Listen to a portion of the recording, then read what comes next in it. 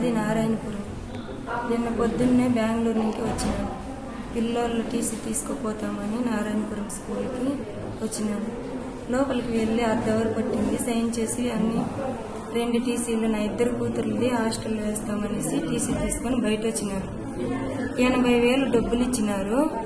Loan ఏదో వచ్చిందని నా మొగుడికి చెప్పి వడ్డీ కట్టుకొనేసి వాళ్ళ ముందు చెప్పి వడ్డీ కట్టుకో 80,000 డబ్బులు ఉంది అని చెప్పినారు. మీ భార్యని పిలుచుకొని రా సైన్ చేయించుకుంటాము అన్నారు.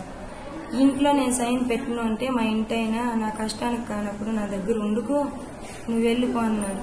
భయపడి సైన్ చేసేసినాను. ఆ సైన్ చేసినందుకు టీసీని చింపేదానికి చూసినారు. డబ్బులు ఇవ్వలేదు. 3 ఏళ్ళుగా వడ్డీ కట్టలేదు. వడ్డీ కట్టుకున్నా కూడా సరే మొదలు ఎప్పుడైనా ఇస్తూ ఉన్నారు. లేదు మా ఇంటైనా 6 నెలలుగా లేదు. నేను ఈ మారి ఇంట్లో పని చేసుకుంటా ఉన్నాను. మా అమ్మ వాళ్ళ ఇంటికి అడిగిపోతే అక్కడ బెదిరించినారు. టీసీ తీసుకుందామని వస్తే చీరని పట్టి లాగి చేతులంతా వెనక్కి లాక్కెళ్ళి చెట్టుకు కట్టేసినారు. వాళ్ళ ఇంటి ముందరే ఏదేదో అసభ్యంగా ప్రవర్తించారు. నా 3 బిడ్డలు లైఫ్ నాశనం అవుతుందని ధైర్యం చేసి స్కూల్ దగ్గరికి వెళ్ళినాను. ఈ మారి చేసేసి ఇంకా అప్పులుంది, ఇంకా బెదిరించిన వాళ్ళు ఉండారు. మా ఇంటైన ఫస్ట్ ఈ మారి చేసినారు. మా ఇంటైన మగోడు కదా భయపడి వెళ్ళిపోయినాడు. నన్ను ఆడదాన్ని ఈ మారి చేసినారు. శారీని పరికి ఇదిలిచ్చి మొత్తం నేను చేతులు అడ్డేసిన ఈ మారి చేయగానే న్యూసెన్స్ అయిపోతుందని చెప్పినాను. వినలేదు. నా 3 బిడ్డలు ఏమన్నా అయిపోతారు. నా 3 బిడ్డల లైఫ్ అక్కడ ఉంది. స్కూల్లో టీసీ తల్లి సంతకం పెడితే గాని ఎవరు అది తెలుసుకుని వారం నుంచి భయపడుకొని వెళ్ళలేదు. స్కూల్ ఓపెన్ అయినప్పటి నుంచి. నిన్న మండే కదా వెళ్ళినాను. మేడమ్మ ట్రాన్స్ఫర్ అయ్యి వేరే స్కూల్కి పోతుంది. మేడంని బెదిరించిండారు. ఆ మేడం ఫోన్ చేసి మారి నన్ను కూడా బెదిరిస్తారమ్మా నువ్వే రావాలని చెప్పిండారు. నేను భయపడి మేడం సరే నేనే వస్తానని నాకు రక్షణగా ఒక ఆయన పిలుచుకొని పోయినాను. చెప్పితే కూడా వినలేదు. బండి బీగాలు పెరిగి పెట్టుకొని మా కొడుకు ఏడుస్తా మా అమ్మని ఏమి చేయొద్దు అంటే కూడా లాగి పక్కకేసేసి మారి చేసి కొట్టి లోపలంతా కమిలిపోయేలాగా కాని కట్టి చేయలా ముందు కొట్టినారు. కట్టేసి కొట్టినే లేదు. ఆమె మమ్మల్ని కొట్టిందని బెదిరించినారు. నాకే తెలియకుండా వీడియోలు తీసేసినారు, లైవ్ చేసేసినారు. మాకెవరూ లేరు. ఒక అన్నలే ఒక తమ్ముడు లేరు. మేము ఎలా బతకలు? ఇల్లు వాకిలు లేనందువల్ల నా పార్టీ తరపున ఏదో మున్సిపాలిటీ కాలనీ ఇల్లు వచ్చింది. ఇల్లు కట్టింటి ఇల్లు అమ్మేసి అప్పుల్ని ఇవ్వు అని బెదిరించినారు. మనం ఉంటే ఇల్లు లాక్కుంటారని భయపడి రైకి రయ్యి బట్టలు ఎత్తుకుని వెళ్ళిపోయినాను. ఇల్లు పని చేసుకొని బతుకుతా ఉన్నాను. మా ఇంటి ఆయన నా దగ్గర లేదు. తెలిసింటే వచ్చిండేవాడు. మా ఇంటి ఆయనకి తెలీదు.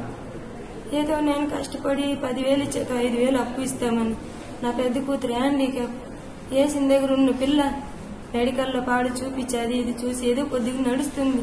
నా పెద్ద కూతురికి సీటు దొరకలేదు. ఆడ నాకు సౌకర్యం లేదు. హాస్టల్లో ఇస్తామని వచ్చి నన్ను మారి చేసేసినారు. టీసీనే చింపేసి ఉంటారు. ఎట్లా నలిపేసి చెయ్యి అడ్డుపెట్టింది.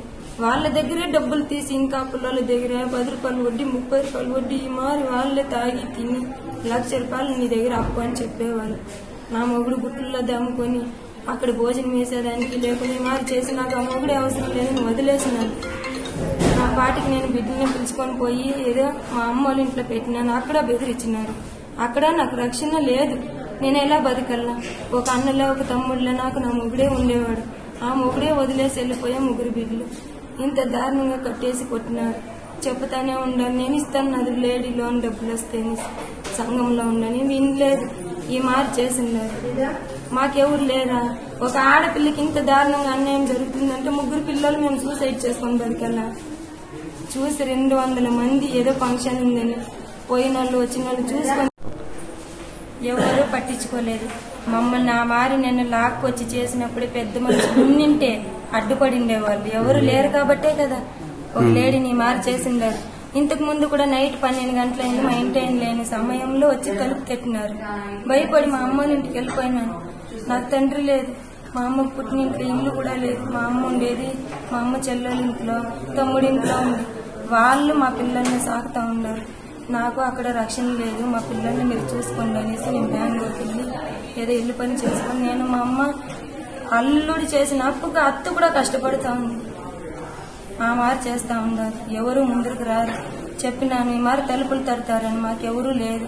నా మొగుడు భయపడే వెళ్ళిపోయింది. నా మొగుడిని కూడా సంవత్సరం నుంచి టార్చర్ పెట్టి మెయిన్ వాళ్ళ తమ్ముడు 16 లక్షలు తీపిచ్చుకొనేసి వాడు ఫస్ట్ దాముకొని వాని లైఫ్ తో పాటు నా మొగుని లైఫ్ కూడా పోయింది. ఇద్దరు గొడవలు పడి నాకు ఆ మొగుడు అవసరం లేదని వాడు ఎంతో కొంత ఇచ్చింటి ఈ దారుణం జరిగిండేదే కాదు.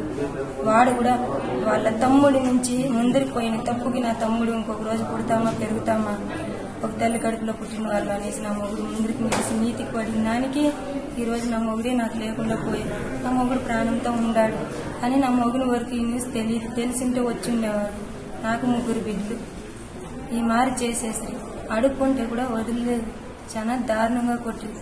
వాళ్ళే కొట్టింది కాకుండా పోలీస్ స్టేషన్లో మేడం అడిగితే నన్ను ఆమె కొట్టింది, నన్ను ఆమె కట్టేసింది అని చెప్పినారు. లైవ్ తర్వాత నాకు చూపిస్తే అర్థమైంది. ఎవరు తీసినారో తెలియదు. ఆ ఊరిలో చాలా దారుణం. బతికేకొచ్చింది నేను. నా మొగుడు ఒకప్పుడు బాగా బతికినోడు. అంత దారుణం ఏం బతికలేదు.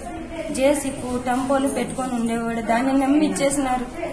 మేమేంది తిరిగి మాట్లాడలేకపోయే వాళ్ళని తీసుకుని తప్పుకి ఈ మారి దాడి చేస్తారు.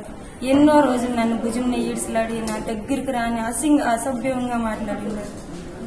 ఈ మారి మా పిల్లలు స్కూల్కి పోయి రోడ్లో వస్తూ ఉంటే ఇప్పుడు గోన్లు ఎత్తుకొని బెదిరించిండారు. మూట్లు కట్టేస్తాము, మీ అమ్మ ఎక్కడుంది, మీ నాన్న ఎక్కడున్నాడు అని బెదిరించిండారు. ఆ పాప ఫోన్ చేసి మారు మాట్లాడతారమ్మా, నేను ఉండను మా అవ్వ దగ్గర, మమ్మల్ని ఉండే కాడికి తీసుకొని వెళ్ళిపో అనేది. ప్రియతమ ముఖ్యమంత్రి వర్యులు శ్రీ నారా చంద్రబాబు నాయుడు సార్ వారి ఆదేశాలు మరియు జిల్లా అధికారుల యొక్క ఆదేశాల మేరకు ఈరోజు శిరీష నిన్న జరిగినటువంటి ఇన్సిడెంట్ పైన విచారణలో భాగంగా ఈ యొక్క హాస్పిటల్కి రావడం జరిగింది. ఈ హాస్పిటల్కి వచ్చిన సందర్భంగా సదరు శిరీషను విచారించగా శిరీష వారు 80,000 అప్పు తీసుకున్న దానికి పర్యవసానంగా నిన్న చెట్టుకు కట్టి కొట్టి ఉన్నారని తెలిపి ఉన్నారు. నిన్న శిరీష వారు బెంగళూరు నుంచి వారి యొక్క కుమారుని యొక్క టీసీ తీసుకోవడం కోసము నారాయణపురం రావడం జరిగింది. ఆ సందర్భంలో జరిగినటువంటి ఇన్సిడెంట్. దీనిపైన కుప్పం పోలీసు వారు విచారణ చేసి కేసు కూడా నమోదు చేయడం జరిగింది. అదేవిధంగా శిరీష వారిని విచారించగా వారికి భూమికి సంబంధించిన సమస్య ఉందని తెలిపి ఉన్నారు. ఆ యొక్క భూ సంబంధిత సమస్య కూడా పరిష్కరించడం జరుగుతుందని మీడియా ముఖంగా తెలియజేస్తున్నాము. వారి యొక్క పెద్ద కుమార్తెకు విజిలాపురం హాస్టల్ నందు ప్రవేశం కోసము సీటు కావాల్సి ఉన్నదని తెలిపి ఉన్నారు. ఆ యొక్క ప్రవేశానికి సంబంధించి కూడా అధికారులతో మాట్లాడి అక్కడ చేర్పించడం జరుగుతుందని మీడియా ముఖంగా తెలియజేయడం జరుగుతుంది. కుప్పం నియోజకవర్గము, కుప్పం మండలం నందు ఇటువంటి పర్యవసనాలు మరొకసారి పునరావృతం కాకుండా తగిన రీతిలో చర్యలు తీసుకోవడం జరుగుతుందని, తగిన రీతిలో గ్రామస్తులకు, గ్రామ పెద్దలకు వీటిపైన అవగాహన కల్పించడం జరుగుతుందని మీడియా ముఖంగా తెలియజేసుకుంటున్నాం.